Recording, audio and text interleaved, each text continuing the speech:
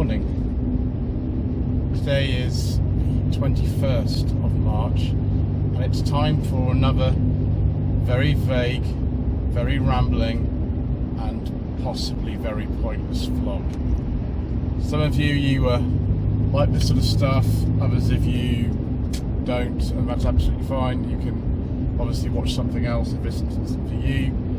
But for all the channel members who are on the set Toledo and Rover 45, these 6 levels, you get to see these immediately the day they're recorded. Others of you, you will eventually get to see them, just they might be about a month late or something like that. So we're just on our way back from the Practical Classics, Classic Car and Restoration Show at the NEC. Generally when I go to these shows I don't come back the day the show finishes because I'm very tired by the end of it, having filmed 14, in this case, 30 to 35 minute videos in the course of those 3 days. So I tend to have a rest at the hotel and catch up. I have actually edited all 14 parts already because of what I've been doing in the evening rather than sort of socialising, mainly been getting on with the editing. The Wi-Fi is a little bit slow at the hotel, which is fine. I have a Wi-Fi to boost speed of the connection if I need to, but I do only have a sort of limited amount of data on it, so I don't use it unless it's necessary. It's a funny thing to be actually on the other side of it, because it's been a bit of a daunting thing. You know, the one in November, which is just called the NEC Classic Car Show, I think. That is a bigger show. It's actually probably at least a third bigger, if not more.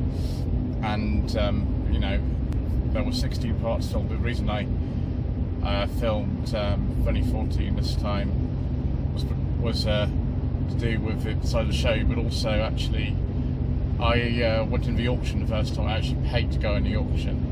That one of my subscribers came with me and he got free entry as well because the catalogue limited 2 people. So there are plenty of videos now, whether you're seeing this the day of recording, whether you're seeing this afterwards. Maybe there's some that you would have missed if you're seeing this in April, some cars that you would enjoy. And so if you want to go back and watch those videos, then you're very welcome to do so, of course. It's a funny thing we've kind of showed. This is the first major show of the year, and a lot of people very enthusiastic to be there, all sorts of variety, all sorts of clubs and that kind of thing. But it is an expensive business going to show for many people. I know several people have said that they didn't come to the show either in November or the Practical Classics one I've just attended because of the cost of it. And I think I paid something like £55 or something to go to all 3 days. I could have asked for a press pass, but the thing about having a press pass is that it only comes through generally very late, and I'm not the sort of person to kind of try to chance everything when you've got to look at sort of the hotel costs and all this sort of thing and get that organised. You don't really want to chance it at, like, you know, the day before you'll get a press pass. That's, you know, just not really the way that I'm able to do things. Now some people are, they enjoy the sort of spirit of that. I'm much more along the lines of we plan everything very carefully, and you know, I've made some changes to the way that I do the filming and do the show since November, just to make it a bit easier for myself. You notice actually that I took a train from Coventry Station and stayed in Coventry at a hotel that was in the city centre that had some parking that was much more affordable than the NEC parking. The place I stayed in November just wasn't really sort of conducive to, you know, being very quiet and, you know, just getting on with what I needed to do. It was a lot more noisy, whereas even if the hotel I'd been staying in the centre of Coventry had been full, I don't think I would have noticed. It was very, very quiet, and that was good for me. And obviously I saved a lot of money on the parking. I had to pay for parking in the centre of Coventry Hotel and not at the NEC itself. I didn't have to walk for you know, about I don't know, sometimes up to about a mile and a half to the car parking. It's a short walk to the station, and then I think 0.8 miles to the hotel. So if you factor in the cost of parking, and you factor in the actual kind of getting in and out of sort of parking, which sometimes they direct you out some really weird ways, and you get really lost coming out of the NEC. So it's just a bit more pleasant for me to do it that way, which is what I did, and I don't regret it at all. I kind of enjoyed not having a car effectively, or not using the car for about 4 days, and that was quite nice. I'm enjoying driving again now, and just, you know, having the freedom, not having to go on the train and stuff. But sometimes it's really good actually to have a few car-free days in your life. It's quite good. Sometimes it's not entirely possible for certain people, depending on the situation. Some people don't even have cars at all who watch my channel, so for them every day is a car-free day.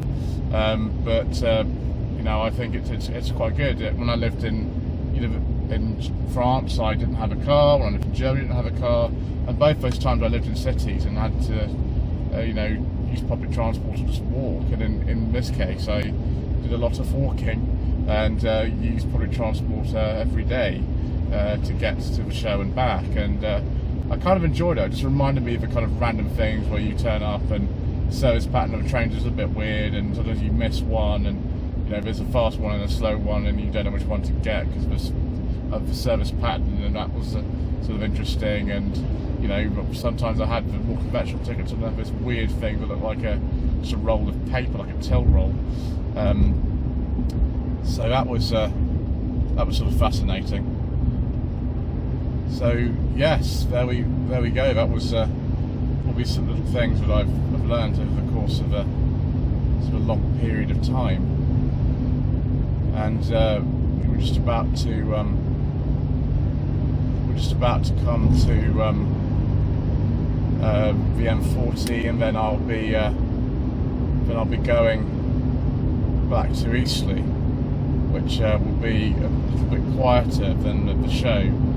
There's a gentleman who's one of my subscribers who said to me this morning, having watched I think part 4 of the Warwick Shuffle, which has an impromptu interview with one of the car owners on it, a lady whose name I've forgotten for the moment, but who had a very nice kind of metallic yellow MG TF, and she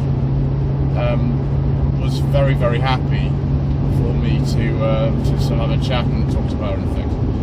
Now, it's not something I normally plan. I was actually interviewed at the show by a gentleman by the name of Mr. Hunter, who runs a channel called Jeff Buys Cars, and with that was something that actually had been planned. He contacted me and said, "Do you want to do an interview?" And of course I was able to coordinate with him to do it, and that was fine.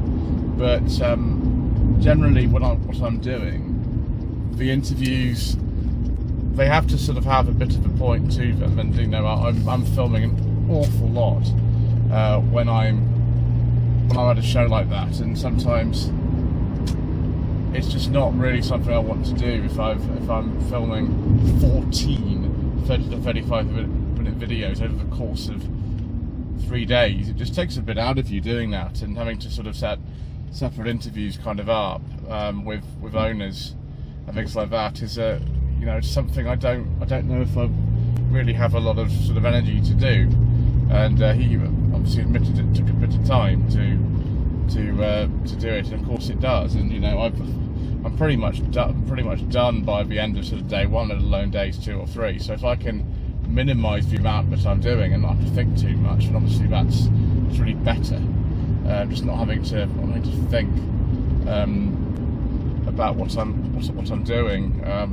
Just sort of get on with what I'm doing. And people were very kind generally at the shows. They see me filming and they just kind of let me get on with what I'm doing. They don't tend to run up and sort of interrupt me in the middle of filming, which is it's actually very kind of them. I'm not a particularly sort of friendly person when I'm at the shows anyway. I'm not like Mr. Hunter, who's a very kind of excitable person, and he's very friendly and everything. He's just a bit more excitable than I am, and generally I'm just there and I'm on a job. I'm very focused, and I don't really want to talk to too many people.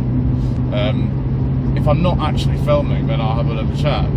As I said, one of my subscribers came into the auction with me, and you know, he's really nice. I've met him a few times, and We had a little chat and things. I had a little chat to Dan, whose Capri I filmed in 2020, and he was actually selling the same car because he bought another Capri and he couldn't justify having, I think 3 Capris, so he's selling one of them. And yeah, I had a little chat with him, which was very nice. We might be seeing his new Capri on the channel quite soon. But generally, at these sort of shows, if I ignore somebody or whatever, it's nothing personal, it's just that I'm just generally quite a quiet person, and I don't really have a lot of energy for talking to people too much. And Ian Secret's kind of similar to that. He's mentioned that in many ways, and we're all a bit different.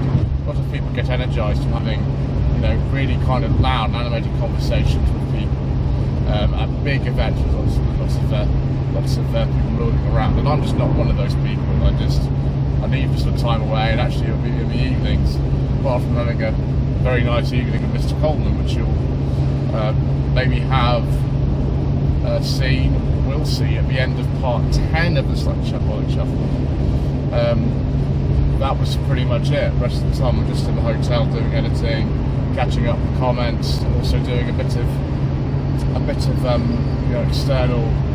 external work, which doesn't have anything to do with actually the channel or even cars. There's other things I have to do as well, so that is just what I've been doing. So it's not particularly interesting, but it's just the way that I have to manage myself, and we're all different. We have to manage ourselves well, and that's the way that I do it. Anyway, thank you ever so much indeed for joining me on this very vague vlog. I'll have to remember what I actually said in this, if I can put a title in it. But if you wish to become a channel member, and if you go for the second tier up, then you can watch these very vague vlogs on the day they come out, which I'm sure was fun for some of you. Other than that, thank you ever so much indeed once again for watching. Please don't forget to subscribe if you haven't already done already. Like this video and leave a comment below. And don't feel under any obligation. You have to become a channel member. It's purely those who wish to support the channel on an ongoing basis, and don't feel any obligation to do that. It's more important that people watch the videos all the way through and things like that, and that doesn't cost anything, half the time. Thank you so much indeed once again for watching.